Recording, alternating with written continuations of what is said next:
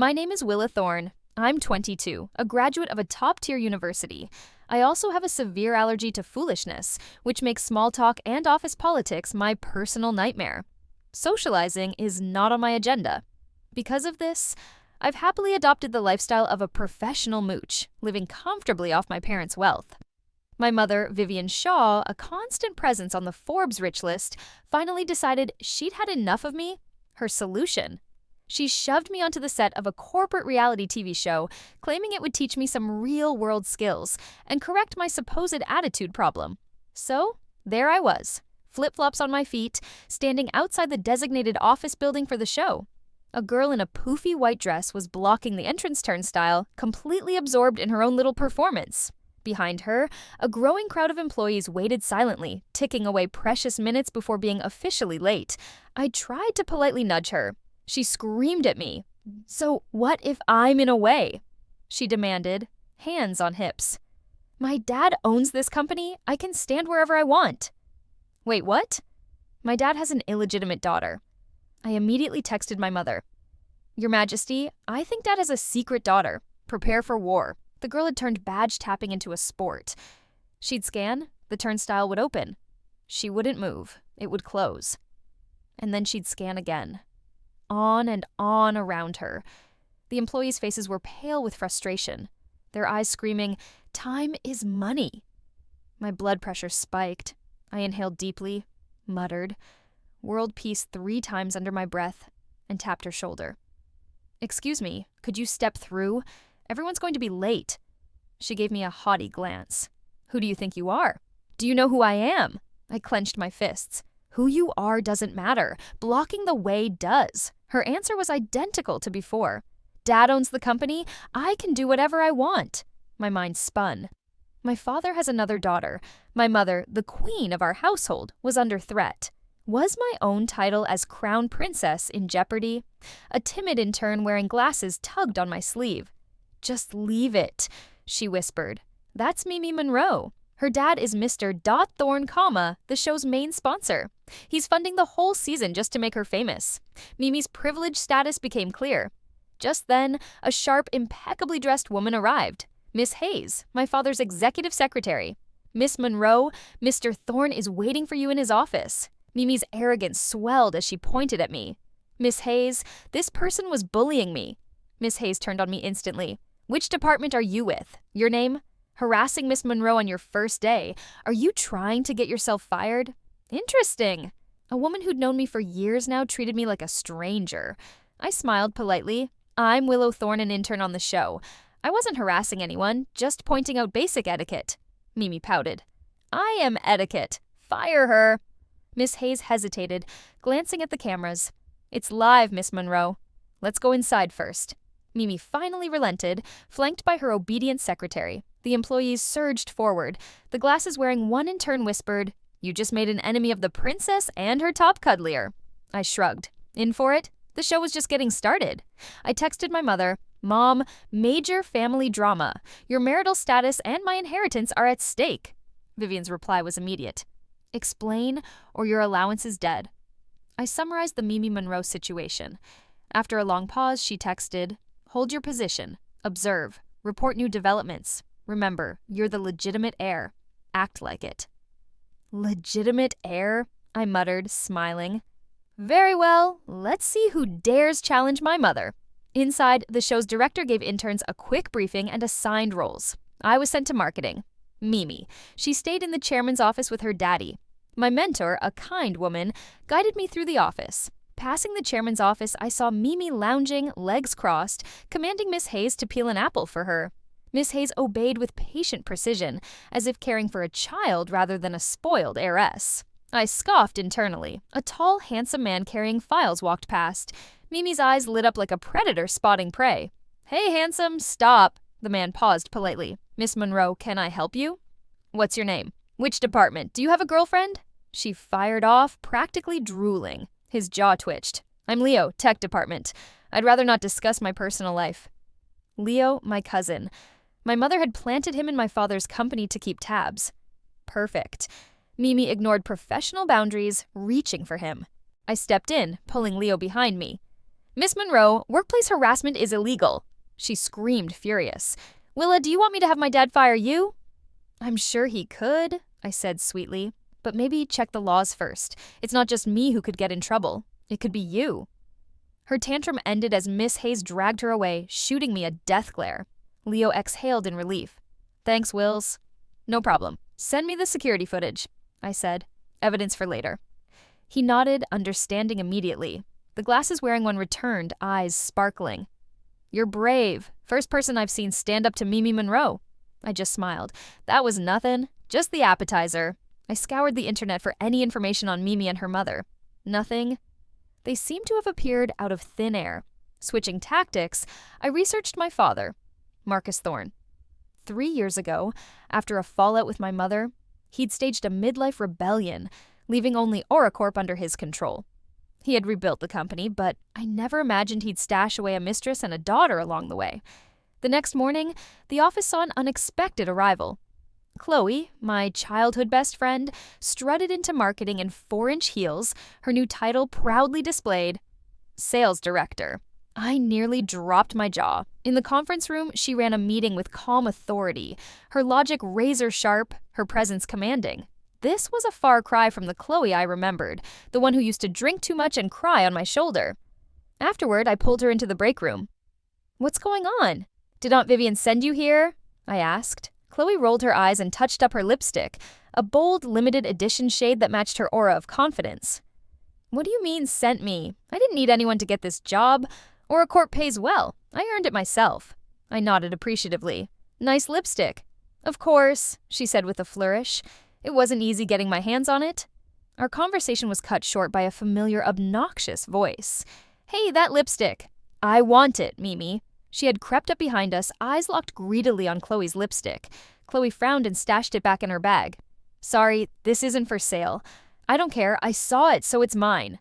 Mimi snapped, trying to grab Chloe's purse. That was it. Bully me? Fine. Bully my best friend? Not a chance. I grabbed Mimi's wrist, squeezing until she yelled, Mimi, show some respect, I said, voice. I see. You're protecting someone else again. What's wrong with you? She shrieked. You're the problem, I said, shoving her hand away and positioning Chloe behind me.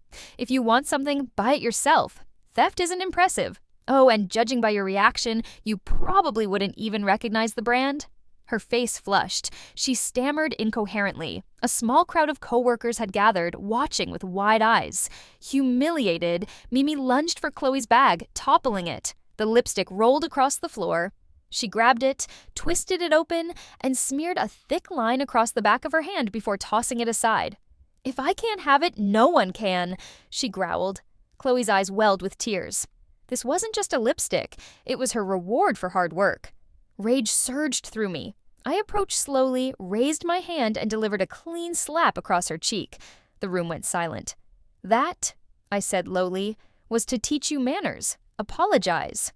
Mimi stared in shock. You hit me? So what? I stepped closer. Apologize to my friend? She collapsed to the floor, wailing. She hit me. Dad, call my mom. She's going to fire her. Miss Hayes and security rushed in. What happened? Miss Hayes' face drained when she saw the red mark. Willow's assaulting someone. Security detain her. Chloe stepped forward calmly. Miss Hayes.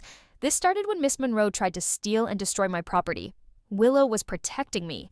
There are cameras and witnesses. Miss Hayes hesitated. Mimi continued her theatrics, clinging to her arm and sobbing. Fine. The little one couldn't win, so she called in the big guns. Within 10 minutes, a woman in a Chanel suit stormed in, flanked by her entourage. Melanie Monroe, Mimi's mother, had arrived. She rushed to her daughter, horror on her face at the red mark. Who did this to you? Who dares? Mimi pointed at me, tears streaking her cheeks. Mom Willow. She hit me because she's jealous. Melanie turned her sharp gaze on me, every inch the commanding matriarch.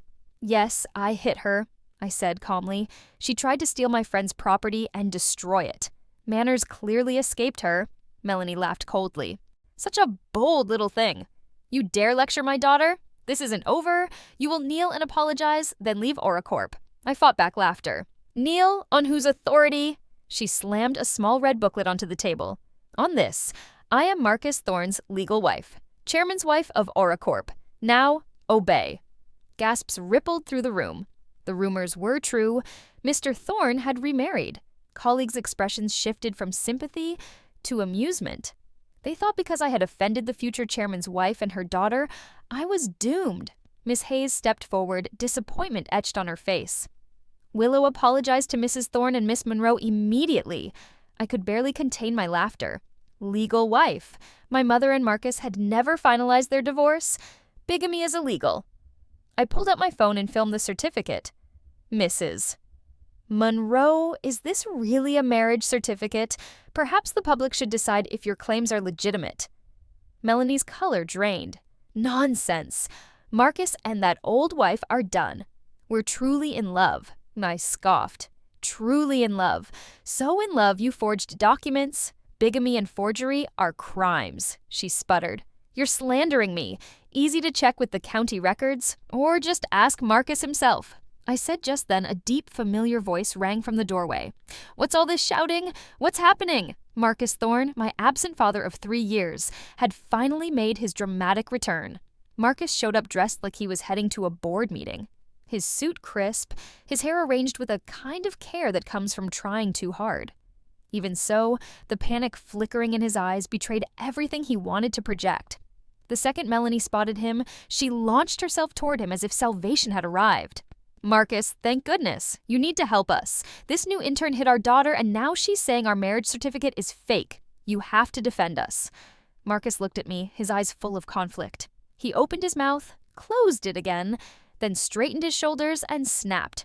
Willow, what is wrong with you? Apologized to Mrs. Monroe and Mimi this instant. Mrs. Monroe, my stomach dropped. So he was really going to pretend.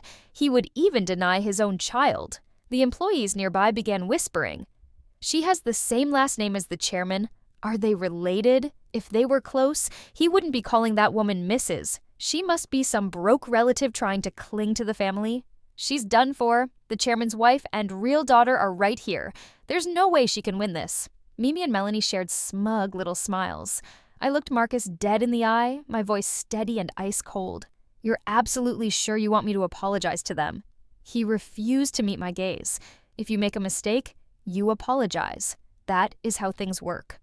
All right, I said with a slow nod. If we are following rules today, then let's follow the real ones. I pulled out my phone. Mom, bring the heavy artillery, or a corp has visitors. Less than 5 minutes later, chaos broke out in the lobby. Then she appeared.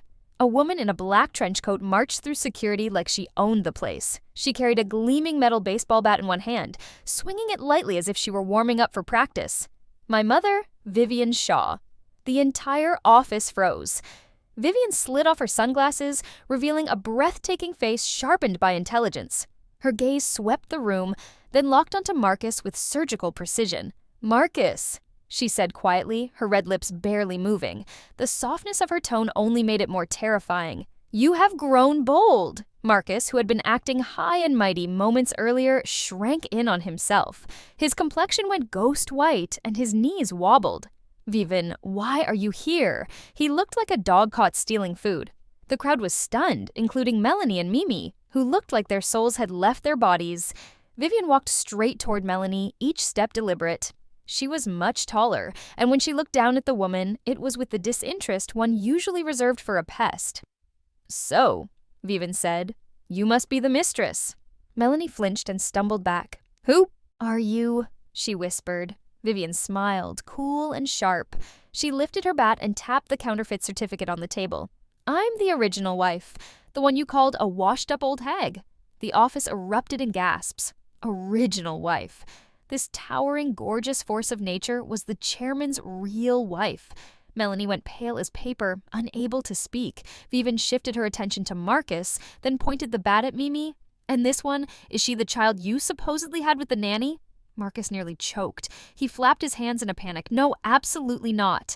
Vivian, let me explain. She isn't my daughter. She's Melanie's. Mimi froze. Dad, what are you talking about? I am your daughter. Quiet, Marcus hissed at her before turning desperately to Vivian. Vivian, I swear I didn't sleep with her. When I was starting the company 3 years ago, I couldn't sleep from stress, and she spiked my drink with sleeping pills. The next day, she told me we were intimate, and she said she would tell you everything. I panicked. I didn't want you to think I betrayed you. So The office fell into stunned silence. So this wasn't a cliché cheating scandal. It was a ridiculous story about a CEO being drugged and blackmailed by a conniving woman. I pressed a hand over my eyes, embarrassed on his behalf. Vivian looked equally horrified by his stupidity. She took a long breath and jabbed a finger at him. "Marcus Thorne, are you actually brainless?" she said. "You slept together and you just accepted it. You are useless, even unconscious. Did you vanish for 3 years just to perform your own comedy show?" Marcus wilted, staring at the floor. I felt sorry for her. She was a single mother. "Sorry for her," Vivian repeated, incredulous. "You should be apologizing to me. I cannot believe I married a man this foolish." She dismissed him entirely and turned her attention to Melanie and Miss Hayes, both of whom were trembling. "Now that you have finished your little performance," she said, her voice calm and lethal, "let us settle our accounts." Once Vivian Shaw took control of the room, everyone else seemed to fade into the background. Her lawyer, Mr. King, stepped forward and placed a thick file in front of Melanie. "Miss Monroe, here is a copy of Mimi's birth certificate and registration. She has no biological link to Marcus Thorne." Melanie's face went pale as the proof sank in. Then Mr. King produced another folder. "As for the so-called marriage certificate, the authorities have already been contacted. Forging government documents carries a maximum prison sentence of 10 years. "No, please." Melanie collapsed, clutching Marcus's leg. "Marcus, save me. I only did this out of love." Marcus recoiled in horror and shoved her aside. Vivian didn't even glance at the pitiful display. Her eyes locked on Miss Hayes, who had been attempting to shrink into the walls. "Miss Hayes," Vivian said softly, but the tone made the secretary flinch. "I placed you beside Marcus to monitor him. Is this what you call watching someone?" Miss Hayes turned ghostly white and forced a shaky smile. "Mrs. Shaw, I was deceived too. I didn't know." "Deceived?" Vivian raised an eyebrow. "Is that so?" Her other lawyer, Miss Lee, opened a laptop and turned it to the crowd. Security footage appeared. It showed Miss Hayes and Melanie meeting at a cafe. Hayes handed Melanie a small bottle of pills while whispering instructions. Next, screenshots of bank transfers appeared. Dozens of them from Melanie's account to Hayes' personal account, ranging from thousands to hundreds of thousands. "Miss Hayes," Vivian's voice froze the room. "For 3 years, you conspired with Melanie Monroe. One supplied the drugs, the other spread lies. Together, you defrauded Marcus Thorne of over $37 million. You will repay every cent. And," Vivian continued, her voice sharp as ice, "as a senior executive, you knowingly broke the law, leaked corporate secrets, and aided an outsider in harming the company. That is embezzlement. Mr. King, Miss Lee, the rest is yours." "Yes, Mrs. Shaw," they responded in unison. Miss Hayes crumpled, slumping to the floor, her carefully laid plans shredded in minutes. She had assumed Vivian was unreachable and that Marcus could be manipulated indefinitely. The truth was finally out, and the aftermath was swift. Police arrived, taking Melanie away in a stunned daze. Miss Hayes babbled as she was led out. Mimi, too, was placed in social services care pending further proceedings. The corporate drama that had threatened the dynasty ended brutally, efficiently, and without mercy. Employees hovered silently, pretending to vanish. The camera crew wisely powered down, not daring to capture Vivian in action. Vivian treated the whole affair like a minor inconvenience. She handed her baseball bat to a bodyguard and walked over to me, smoothing my slightly tousled hair. "Well done," she said, her voice carrying a rare warmth. "You have my instincts." I pursed my lips. "Your intelligence network did most of the work." "You led me there," she replied, patting my shoulder. "Putting you in the field was clearly the right decision." Her gaze shifted to Marcus, standing stiff as a schoolboy awaiting punishment. "You," she said, pointing a finger, "are coming home with me?" Marcus winced. "Vivian, I was wrong. Please, one more chance. We'll discuss it at home," Vivian said, her tone final. Then she looked at me. "This place is a disaster. Clean it up." Me, I thought, "You've got to be kidding." Before I could argue, Vivian turned on her heel like a conquering queen, leaving me in charge of the aftermath. All eyes in the office turned toward me. Curiosity, admiration, speculation in equal measure. The girl with glasses who had tipped me off earlier stared wide-eyed, clearly thinking, "I've been working with a princess in disguise." Chloe nudged me with an elbow, a mischievous grin on her face. Well, well, Miss Thorne, that was quite the secret. I sighed. My allergy to stupidity had never been more challenged. No, wait. It wasn't just challenged. It was escalating because I just realized the biggest fool in the world was probably my father, utterly and hopelessly under my mother's control. The following morning, I officially began my new role. My title, Special Assistant to the Chairman, reporting directly to the top. And yes, the chairman in name was still Marcus Thorne. However, according to my inside man Leo, Marcus had spent the entire night kneeling on a washboard in Vivian's study. By morning, OraCorp's ownership structure had changed completely. Vivian Shaw, with a controlling majority of shares, was now the real power behind the company. Marcus Thorne had gone from chairman to glorified senior staff with zero authority. My first task was to coordinate with the legal team to clean up the mess left by Melanie, Miss Hayes, and Mimi. We recovered embezzled funds, filed lawsuits, and terminated anyone involved in the scheme. My efficiency quickly earned me a new reputation around the office. I was no longer the nepotism hire, but the formidable crown princess. Chloe, now sales director, wasted no time either. She restructured her department and secured several major contracts, firmly establishing herself as a powerhouse. As for the reality show Dream Job Express, the scandal didn't sink it. It turned it into a viral sensation. Overnight, the format was rebranded from a corporate competition to Lifestyles of the Rich and Annoying. The AIS makeover with me as the undeniable star. Cameras followed me constantly, documenting me leading meetings, processing reports, and schooling my hapless father. Who wrote this proposal? The reasoning is flawed and the data is fabricated. Fix it. I slammed a file onto Marcus's desk. Marcus flinched. Willow, dear, Uncle Wayne's team stayed up all night on this. Stayed up all night? That doesn't excuse producing garbage and misleading investors. Dad, Mom put you in charge to run this company, not to let incompetence slide. OraCorp does not tolerate slackers or fools. Marcus turned bright red, but didn't argue. He meekly grabbed the file and shuffled away. The scene was broadcast live. By the end of the day, hashtags like hashtag world's most miserable CEO and hashtag hardcore school's dad were trending nationwide. The public reaction was entirely in my favor. LOL, this daughter is savage, love her. Now I know why the CEO is terrified of his wife. It's genetic. I could watch this father-daughter showdown for 100 episodes. Scrolling through the comments, I shook my head. I wasn't participating in a corporate reality show. I was here to oversee my mother's empire and re-educate my father. That evening, I received a call from Vivian. Well done. The stock rose 5 points today, she said, a trace of pride in her voice. Don't flatter me. It'll go straight to my head, I replied. I'm doubling your allowance, she added. Thank you, boss. You're the best, I said, dripping with exaggerated respect. I could hear Marcus whining in the background. Vivian, I put the washboard away. Can I sleep in the bed tonight? Vivian's voice immediately cut through, cold as ice. Back to the study, and then she hung up. I set down my phone and gazed at the sparkling city lights. Suddenly, my allergy to stupidity didn't seem like such a curse. At the very least, it kept me sharp and ready in a world full of idiots.